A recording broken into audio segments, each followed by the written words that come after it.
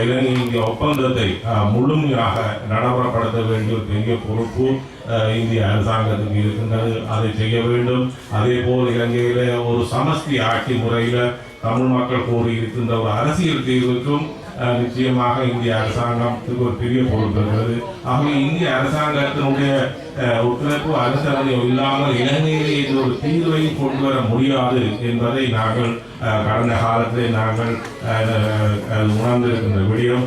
ஆகவே இந்த செய்தியை நிச்சயமாக அவர் அந்த தங்களுடைய நாட்டுக்கு அதை தெரியப்படுத்த வேண்டும். அதேபோல் இந்த போரினால் பாதிக்கப்பட்டிருக்கக்கூடிய எங்களுடைய பாராளுமன்ற உறுப்பினர் குறிப்பிட்டது போல் இந்த பாதிக்கப்பட்டிருக்கக்கூடிய எங்களுடைய மக்களுக்கு இந்தியா தன்னாலான உதவிகளை நிச்சயமாக இந்த மனிதாபிமான உதவிகளை செய்ய வேண்டிய ஒரு தேவைப்பாடுகள் நிறைய இருக்கிறது. அது இந்த பாதிக்கப்பட்டிருக்கிறவர்களுக்கான ஒரு நிரந்தர வாழ்வாதாரமாக இருக்கலாம், அல்லது அவர்களுக்கான ஒரு சந்தோஷமாக இருக்கலாம், அவர்களுடைய பிள்ளைகள் இந்த கல்வி தொடர்பாக இருக்கலாம். ஆகவே இந்த யுத்தம் ஒரு பாரிய அழிவை ஏற்படுத்தி சென்றுகிறது. ஆனால் யுத்தத்தால் பாதிக்கப்பட்டிருக்கிறவர்களை நாங்கள் இந்த சமூகத்தோடு இணைத்து அவர்களை சேர்த்து கொண்டு வேண்டிய பெரிய பொறுப்பு எங்களுக்கு இருக்கிறது.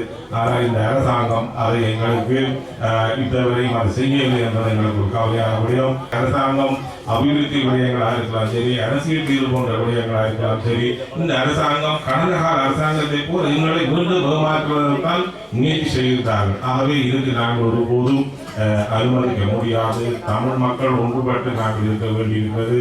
எங்களுக்கான ஒரு நிரந்தரமான ஒரு அரசியல் தீர்வு நூறாகத்தான் ஒட்டுமொத்தமாக எங்களுடைய பிரதேசங்களுடைய அபிவிருத்தியை நாங்கள் தன்னுறைவு காண முடியும்.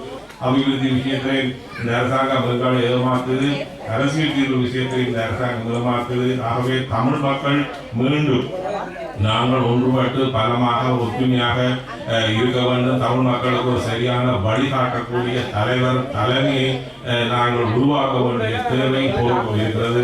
ஆகவே எங்களுக்கு பக்கத்தில் இருக்கிற அண்டைய நாடான இந்தியா இலங்கையில் ஒரு நிரந்தரமான ஒரு அரசியல் தீர்வு எட்டுவதற்கும் நிரந்தரமான ஒரு சமாதானத்தை அடைவதற்கும் இந்தியாவுக்கு ஒரு பாரிய பொறுப்பு இருக்கிறது.